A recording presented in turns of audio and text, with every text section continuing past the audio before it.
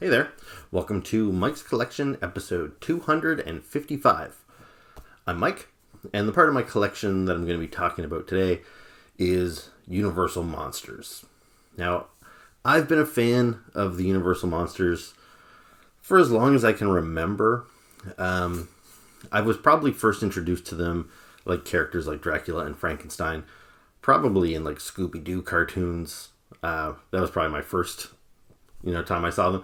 But then there was the movie The Monster Squad that came out in the kind of mid to late 80s. And I loved that movie when I was a kid. If you've never seen it, you should check it out. It's kind of like Goonies. It's a group of kids, and they end up having to go up against all the classic Universal monsters. So you got Wolfman, Creature from the Black Lagoon, Dracula, Frankenstein, The Mummy. I think that's it. Anyway, so I loved that movie. And it wasn't until I was a little bit older that I went back and actually watched the original black and white Frankenstein, Wolfman, Dracula. And then a few years back, like 15 years ago maybe, I don't know, they released some really nice box sets of the Universal Monsters on DVD. And you were able to get like all the Dracula movies in one package, all the Frankenstein movies, all the werewolf movies. So anyways, I bought all those sets. And so that way I was able to see everything that kind of falls under the Universal Monsters umbrella. So there was like 3 Creature from the Black Lagoon movies, there was like 5 Invisible Man movies, all those movies. So now that I've seen them all, and I've seen quite a few of them multiple times, I'm a big fan of these characters. My favorite one was always the Wolfman, probably followed closely by the Creature from the Black Lagoon.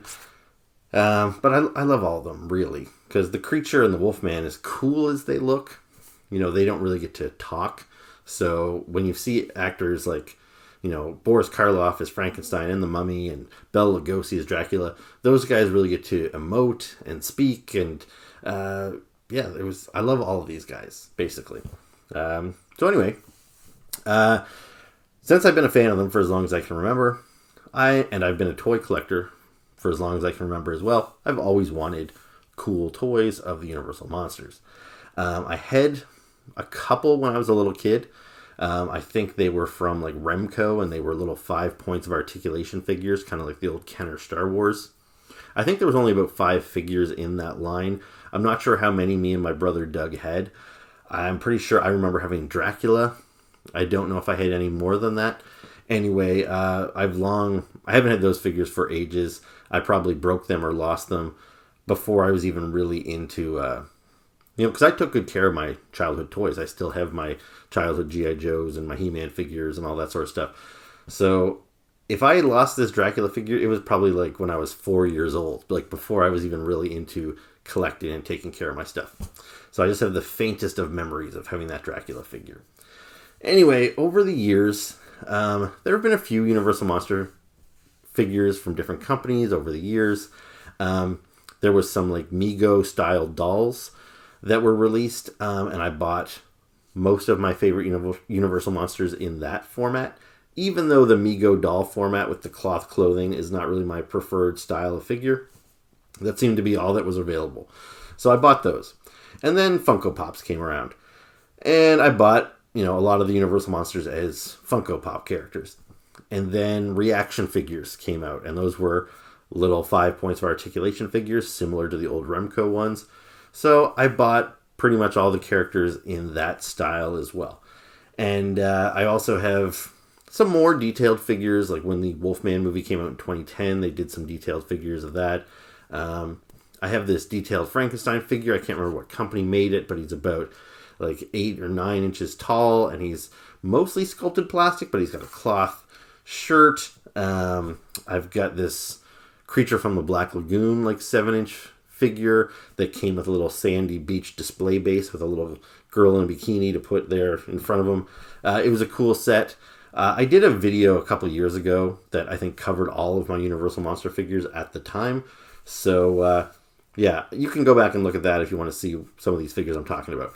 But anyway, it's been great to have all these figures, but none of them really matched.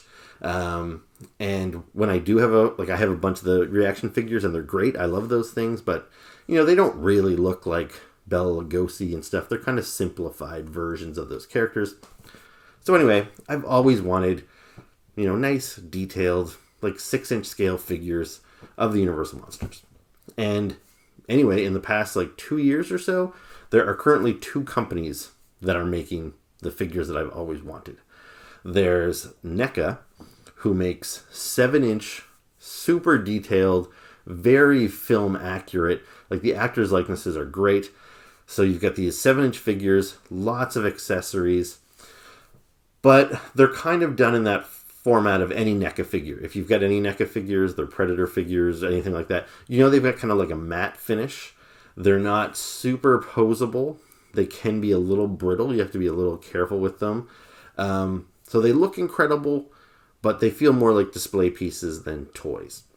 Then there's this other company, Jada Toys, who started making Universal Monster figures right around the same time.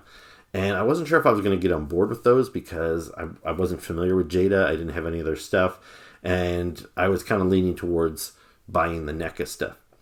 But I have since picked up a couple of the Jada figures. And I really like those too, but for different reasons. And the main reason I bought the Jada figure is because I got the NECA Invisible Man. And the Jada Invisible Man came out. Those 2 figures came out really close to one another. So I thought, I don't want to collect both of these lines. That's a little overkill. Because the NECA figures are about $60 a piece, whereas the Jada figures are about $35. So it's a pretty big difference in price. So Jada is definitely more appealing price-wise, but NECA is kind of more appealing for that film accuracy and all that sort of stuff. So I thought, well, I'll buy both versions of the Invisible Man, and based on how I feel about those will be the lines I collect. I'll either go one way or the other. But then I got them both, and I liked them both quite a lot. And they were pretty different as far as the outfits and stuff go, so I didn't really feel like I was comparing apples to apples. Now, I already had the Wolfman NECA figure. I bought him last year because he was my favorite character. So I thought, well, maybe I'll order the Jada version of the Wolfman. And I did. And he just showed up in the mail here the other day. So I still have him in the package. So this is my Jada Wolfman. And I'm pretty eager to open him up and see what he's all about. So that's what we're going to do today. We're going to do a little bit of comparison. I have the Jada versions of Wolfman and the Invisible Man, as well as the NECA versions. Now, I don't have the Frankenstein, the Dracula, the Creature from the Black Lagoon, or the Mummy. NECA has made all of those, and I think Jada has made all of them except the Mummy. I could be wrong on that.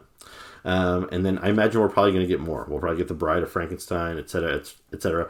So anyway, why don't we take a look at these 2? That way we'll take a closer look at them inside the package first, and then I can finally open this guy up, and we'll take a look at them outside of the packaging. So first up, we'll take a closer look at the figures in the packaging. Now, I bought the Wolfman NECA figure, like I said, like last year, several months ago. So that packaging is long since gone. I'm not the type of collector that has the desire or the space to save all these boxes. Even when they're really nice boxes, sometimes I just gotta have to let them go. And that was the case of the Wolfman. Really nice box, but I just couldn't keep it. So I don't have that one available. And then with the Invisible Man, I've got both of them opened, but I got rid of the box from the Jada figure, so I don't have that to show you either. That's why I'm showing you the Invisible Man for NECA and the Wolfman for Jada. So there's really not much to the boxes from Jada. So if you're an in-box collector, the only upside that this one has, I think, is that you can see the figure right off the bat. You see it right through the front of the package. So you could put this on a shelf and people see exactly the type of figure you have. And, it's a cool figure. Now, I do like this kind of stylized artwork down the side. You get Frankenstein, Bride of Frankenstein, and the Creature. That's some very cool, stylized artwork there. And then nothing on the other side. That's just plain blue. And on the back, you get a little bit of a cross promotion with the Invisible Man figure that we're going to be talking about a little bit later. But otherwise, you get a whole lot of legal mumbo jumbo on there. Not very nice looking. And yeah, so once you take the figure out of this box, it's really plain. There's really nothing to it, which is why this is going to go in the garbage as soon as I open this guy up. Now with the NECA stuff, it's a beautiful box. Like this here, it's a reproduction of the original movie poster. Same thing on the Invisible Man and all the other ones. So, you get that classic, artwork, the text and everything on there. It's very nostalgic. It's very cool. And then on the side, you get a picture of the figure. A back, you get kind of a montage of the different ways you can display the figure. So here you can see he's got multiple heads. You can display him without his head and hands if you want to. He's got little accessories like this book and this cup and everything. So very cool. On the side, another image of the toy. So it's different than the one we got on the other side there. And then it opens up here. It's got like a Velcro. So you open that up. And you see we've got another picture of the toy. And then in here, there's a very cool little backdrop. Now that's just a piece of cardboard, so it's just an image, but it almost looks like 3D in there. But it's a nice little like laboratory setup behind him. And there was like a plastic tray in there, which I've since discarded. So if the tray was in there, you probably wouldn't be able to see that little laboratory so clearly. But as it stands now, it's pretty cool. It's a pretty nice box. So if you wanted to display these figures in the box, if you're an in-box collector, like I said, the only advantage this one has is that you can see the figure just like that. This one here, you're going to have to go through that extra trouble of opening the flap, or maybe you could find a way to display it like this. But yeah, I think NECA definitely wins out in the box category. But in the grand scheme of things, I'm not a box collector. These are both going in the garbage now that I've showed them to you. So now I can finally open this guy up, and we'll take a look at them outside of the box. So let's start with the Wolfman. So here you see I've got Jada's version, and here is NECA's. So right off the bat, it should be obvious that NECA's is quite a bit larger. I've been referring to these guys as 6-inch, these guys as 7 inches, but I think there's probably more than an inch difference here.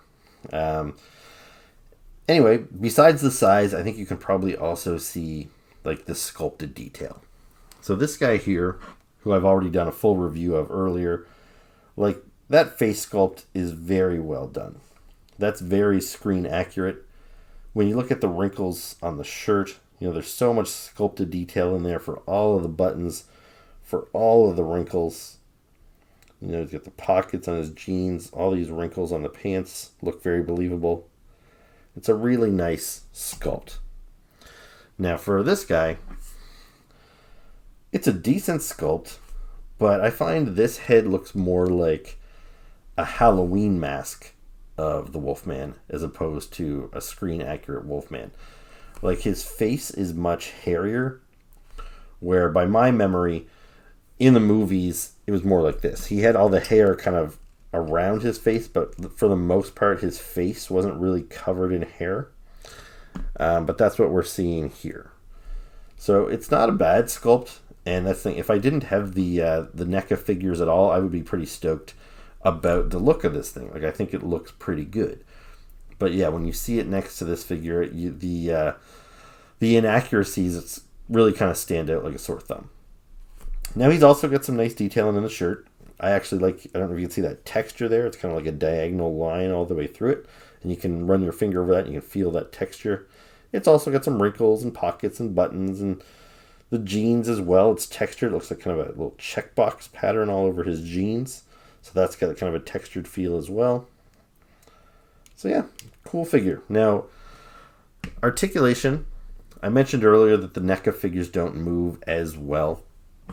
Like these guys here, they move quite well. You see he's got the double jointed elbows, so he can straighten his arm out side to side. And when you do bend his arm, it can go all the way back and reach his shoulder like that. The same thing with the legs. He's got that double jointed knee, so his leg can go all the way back like this.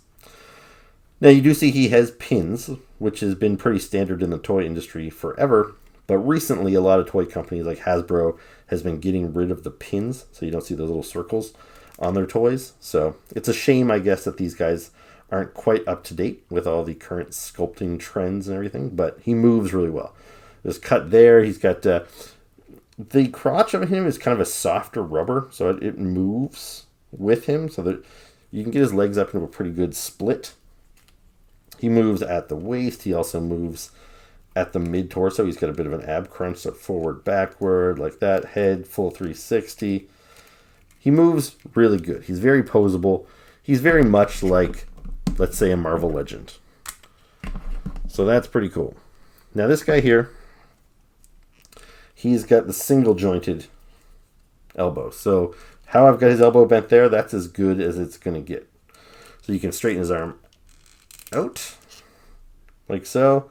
But yeah, you can't get him to touch his own shoulder. Same as his legs. You see he's got a single jointed knee, so his knee can go back that far, which is probably plenty for most of your needs. But if you want something superposable, the Jada figure is superior there. Now he turns at the waist, but there's no ab crunch. That adds to the realism. It doesn't break up the sculpt the way this guy has that kind of awkward crunch right through the middle of his torso. But it does, again, limit the movement of this guy. His feet, I think the other guy has better feet. This guy's feet look a little dainty. I don't like them as much as this guy. He seems to have a little more serious feet. I wouldn't be surprised if these are more screen accurate, but I like those ones better anyway. So he has, I just wanted to check and see if he has rocker ankles. I think he does. So not only can he move his feet up and down, but if you can tilt them side to side like that, it allows you to pose him in more like a wider stance, and you kind of bend his foot in so it's still flat-footed. He seems to have a very minor swivel, whereas this guy has it for sure, so you can spread his legs like this and then still kind of angle his feet so they're flat, at least a little bit. It's working on this foot better than this one here. I literally did just take this toy out of the box though, so he might be a little stiff. I don't want to force any of the joints because I'd rather take some time to kind of work them out before I force anything. With any toy, you don't want to force any joint without maybe heating it up first.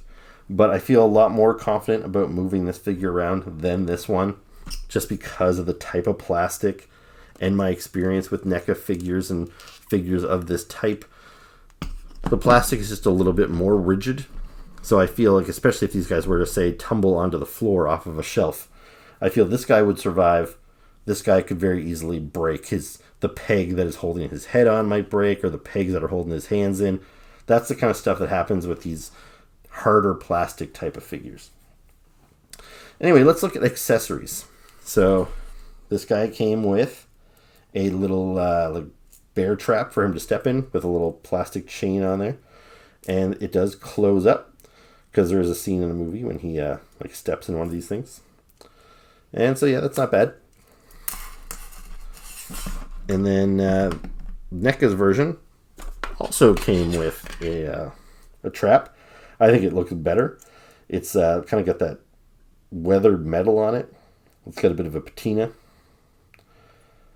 So anyway, it looks better here, but they both come with them. Now, you might be aware that the Wolfman has a cane as well that he carries around in his human form with the little wolf head on there.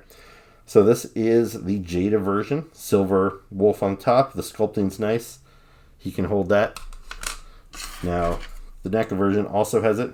Again, it's got more of a weathering effect on the wolf head there. The cane is longer, which makes sense because the figure's taller. But I think the just the proportions are better on this one anyway. Then Jada's comes with an alternate head, which this head's a little angrier. I think I like this head better. This is probably the head that I will display it on. But they're pretty similar. Like, they're both open-mouthed. This one looks a little bit like a whoop, where this one looks a little bit more like a grrr. So yeah, this is the preferred look. But they're pretty similar. So I don't know how much value you want to give that. I don't know. But this version here, I think he's got an alternate head sculpt, which is a little bit more varied. So you've got one with his mouth closed. This guy looks a lot more neutral, like he's just out looking around. And now here you have him kind of angry. He's looking off to the side. So I think I would give points to this guy for having the better secondary head sculpt.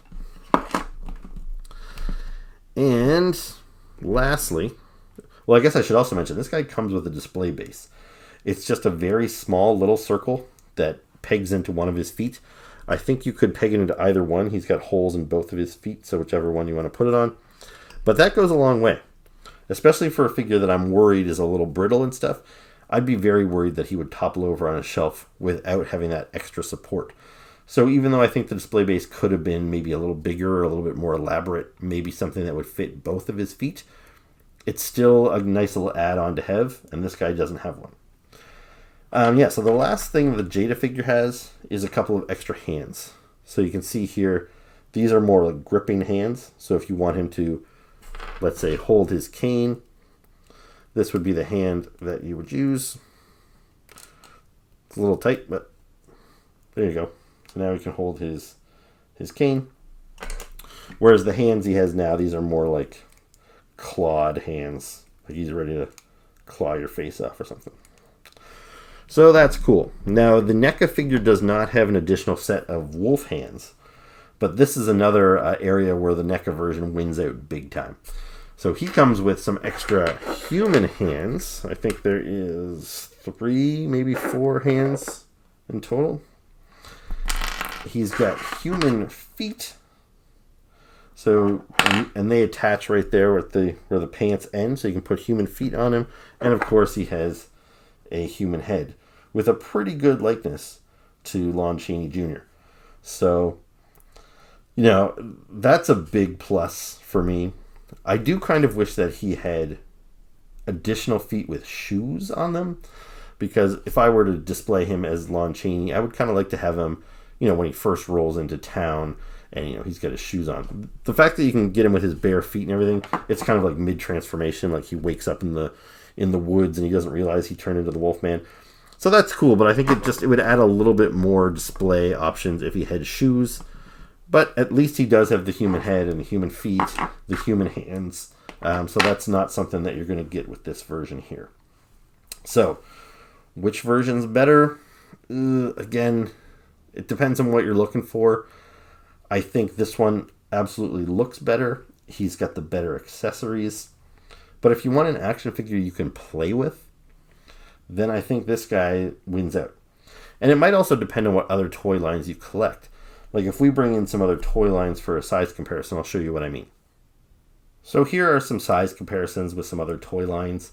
So the NECA figure, he works well if you collect 7-inch figures. So like McFarlane Spawn figures and McFarlane's DC Multiverse. Those guys are pretty much in scale there. I'd still say the Wolfman is a little big compared to, say, somebody like Superman, but it works. You could display them together and it's not so bad. Then when you come to the Jada version, here he is next to Hasbro's new Indiana Jones figure. Here he is next to Hasbro's G.I. Joe Classified. I could also bring in Marvel Legend. This is my recent Star-Lord figure. So, yeah, he's to scale with these guys. So, like, if you wanted to put him with a Marvel Legend, you could use this figure as a stand-in for the Werewolf by Night or something. He fits in there. Plus, if you wanted to play with them, your Werewolf versus your Marvel Legend, you can pose them in pretty dynamic poses because they pose very similarly. Also, they have similar plastic, like it's a little bit more of that glossy, toyetic looking plastic as opposed to the more matte finish of the NECA figures. So yeah, it really comes down to what you're looking for. But I think both of them are pretty good. One last thing before we move on to the Invisible Man, I just thought I would bring my Wolfman figures in here together for a quick comparison. One thing I guess I forgot to mention when I was talking about these two figures is it's pretty obvious that their pants are different color. He's wearing like dark blue pants, he's got brown pants. So which one is accurate? I don't know. I think I actually brought that up when I was reviewing this figure earlier, because you see here, this figure, the reaction figure, he's got blue pants, and he's supposed to be based on the same movie. And then we've got this Wolfman here, the Mego one, and he's got, I don't know if you can really tell, but he's got kind of green pants on. And the Funko Pop also has kind of a shade of green pants as well. Now, this guy here, he's got like black pants, but he doesn't really count because he's based on a whole separate movie. He's based on the remake. But these other figures here, not counting the little glow-in-the-dark one here, they're all based on the original Wolfman movie. So I don't know, maybe there's no color photos that exist. Maybe there's no notes that say what color the costume is. because if you're just working from black and white, perhaps that's why you end up with these different variations. So are they supposed to be green, blue, brown? I don't know. I don't really care one way or the other. I think the brown pants on the NECA figure probably look better than this guy, who kind of looks like he's wearing, contemporary blue jeans, which I don't like as much. So, yeah, I doubt that's going to be a deciding factor for anybody, but I just thought I would point that out. So now let's take a look at the Invisible Man. And I decided to shake things up and start with the group shot this time. As you can see, I don't have nearly as many Invisible Men in my collection. I've got here the Reaction figure, the Funko Pop, and then the two versions that I only recently acquired that we're going to talk about today. Now, one thing you might notice about these guys is that for whatever reason, most companies seem to make the Invisible Man in his bathrobe and pajamas. All three of these figures are wearing the bathrobe. I think there is a Mego doll of the Invisible Man available as well. I'm not sure if he's wearing the bathrobe. I think he may be. He might be wearing a suit. But regardless, it does seem to be a popular choice to make him in the robe, which is definitely something that he wore in the movie. And I actually quite like the look.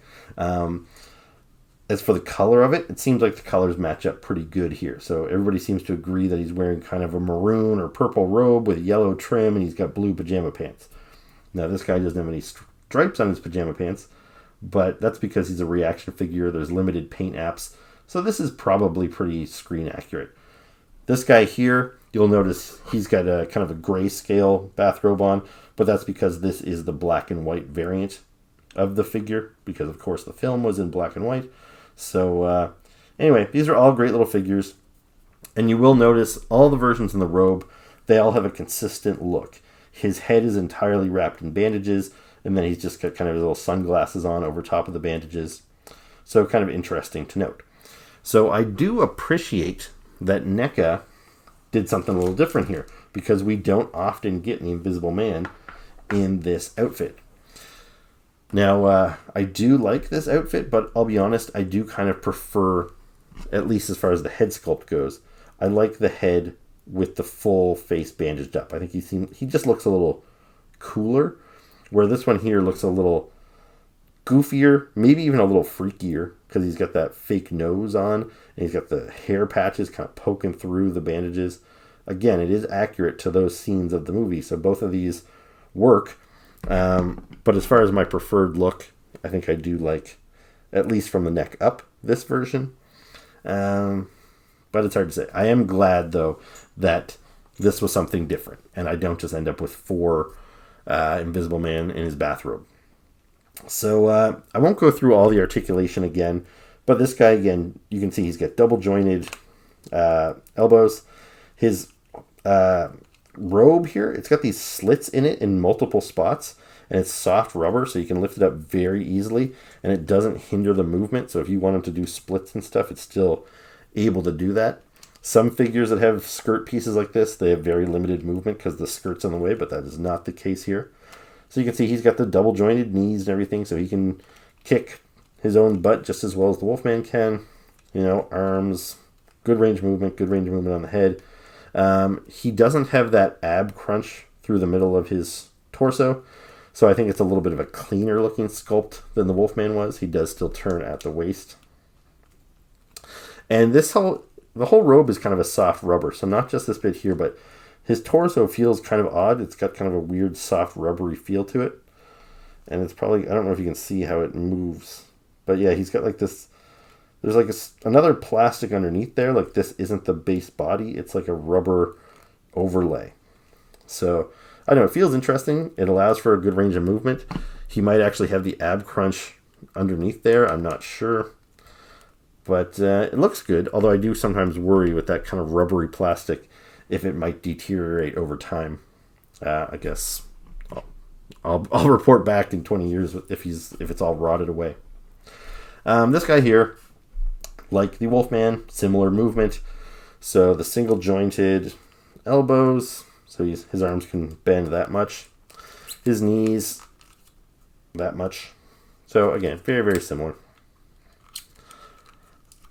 The sculpting, just like on the Wolfman, I would say this guy, even though they're both screen accurate and it's a little easier to get away with it on the Jada figure because they're not trying to capture a likeness, that's usually where the Jada figures kind of take a step down, is they're not so good at capturing the likenesses. Where this guy doesn't have a face, it's not as jarring as it is between the Wolfmen.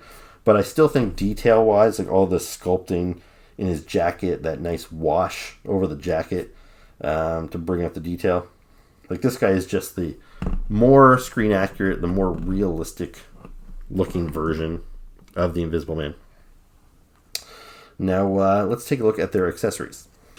Now because these two versions of the Invisible Man are from separate scenes in the movie, their accessories are not identical, like one for one, the way the Wolfman kind of was, and that makes sense, I suppose, but they do still have some shared bits. So you'll see here, he currently has two kind of yellow gloved hands. They're both kind of open hands. He also has another hand which is kind of gripping for one of his other accessories, and then he also has these two closed fists. So if you want to get into some fisticuffs. And then he also, I believe, I think these are his. Actually, I can't remember. I don't know which one of these figures these hands came with. These are some dark gloved hands.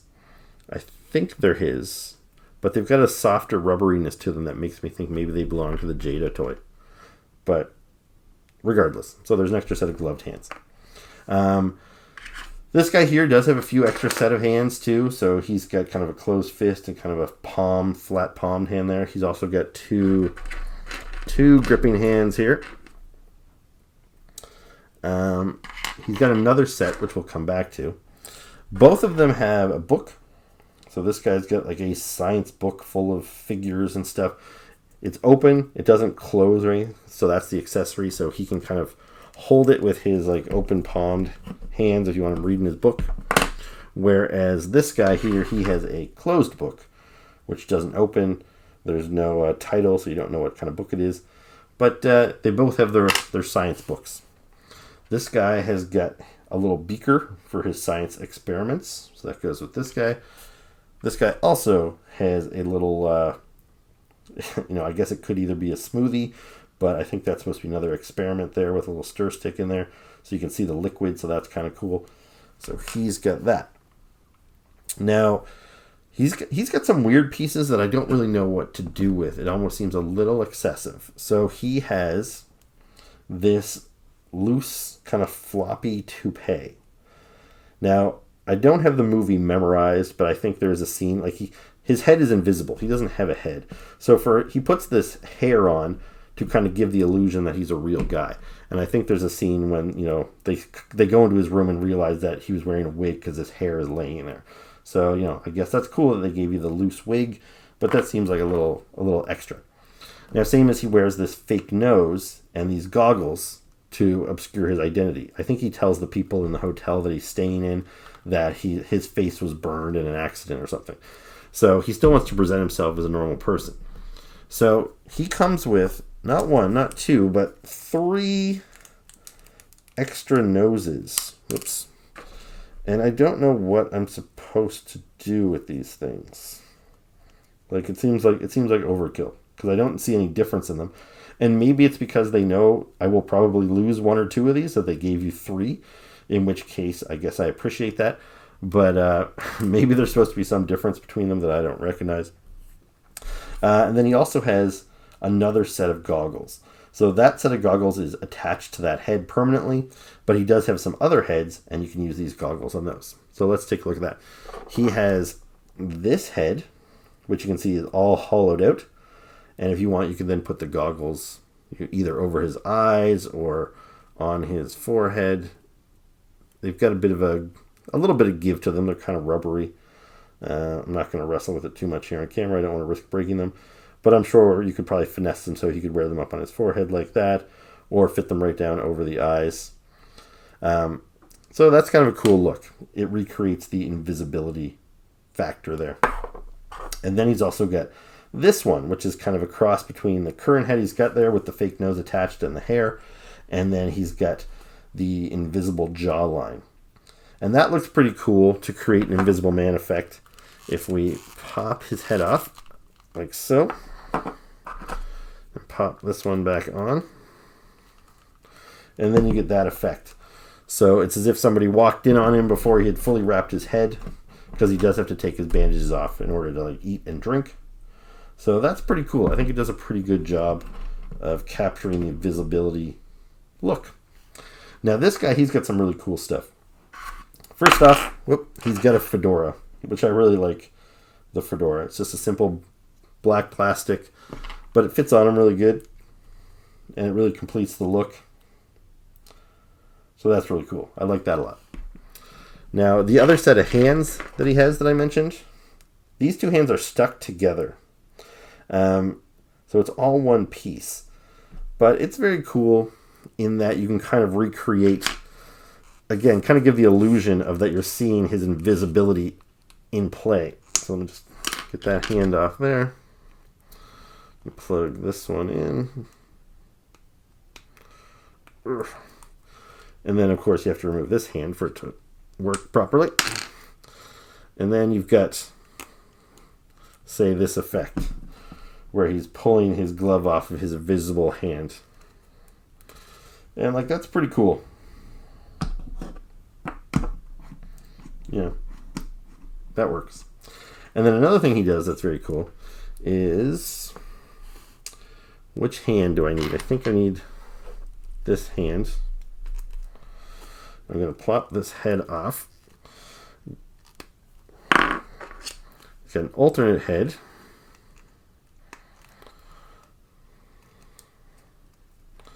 And you can fit the bandages in his hand here like so. And there you go. So it looks like he's unwrapping his head. So that's a very cool effect. I kind of wish that there wasn't this black ball in the center, because it kind of diminishes the effect somewhat, because really there should be nothing in there. It should be hollow. So it would have been nice if they could have maybe lowered that so it only came down to there or something, so it wasn't so visible. But anyway, I think that's a really cool effect if you want to display them on your shelf like that. Now you've got two invisible dudes, and I like them both a lot. So yeah, sadly, I think this experiment was kind of a failure. I was really hoping that based on these two figures, by buying them at the same time, I would pick a favorite and then I would collect that line. But where I got these two in hand and I was like, I don't think I can choose, so let me buy the second Wolfman and maybe that will help push me in the right direction. I like both the Wolfmen too. And so I think I'm doomed to collect both of these lines, which will be expensive. As I said, these guys are about $60 plus tax, and these guys are about 35 or so plus tax. Now, I should mention that's Canadian dollars. I'm in Canada. In the United States, I think these guys retail for more like $40 or something, and these guys probably for like 20. But so yeah, these are definitely the more affordable figures. They're the more posable figures. They're brighter. They've got more articulation. But these guys are bigger, more detailed, more screen accurate. They've got some really cool accessories. These figures also have some really cool accessory packs. They haven't done one for the Invisible Man or the Wolfman yet, but if you buy Frankenstein, you can buy a separate set that's got his table with some of the scientific equipment that was used to bring him to life. With the Mummy, you can buy his sarcophagus. So very cool stuff. Yeah, I recommend both lines to you. I wish you luck. If you're able to choose one over the other, I just can't bring myself to do it. Okay, so that was my review or my comparison between NECA's Universal Monsters and Jada's Universal Monsters. So what do you think? Which one do you like better? Are you going to go with one line over the other? Have you already made that decision? If so, let me know. I'm curious what you like about it. And I don't know, if you're as big a fan of the Universal Monsters as I am, you're probably struggling just as much as I am about which one to go with, because it's kind of hard not to buy both. I would think NECA would probably win out for the screen accuracy, but there's just something so fun about the Jada figures. So anyway, I don't know. I think I'm going to collect both lines. What are you going to do? So anyway, thank you very much for watching. If you enjoyed the video, please make sure to hit the like button, hit the subscribe button, and please leave me comments below. It's always nice to hear from you guys. stay tuned because I'll be back with either another solo video soon, or me and my buddy Chad will be back with another episode of Toy Talk with Mike and Chad. So, yeah, I'll see you then. Ciao.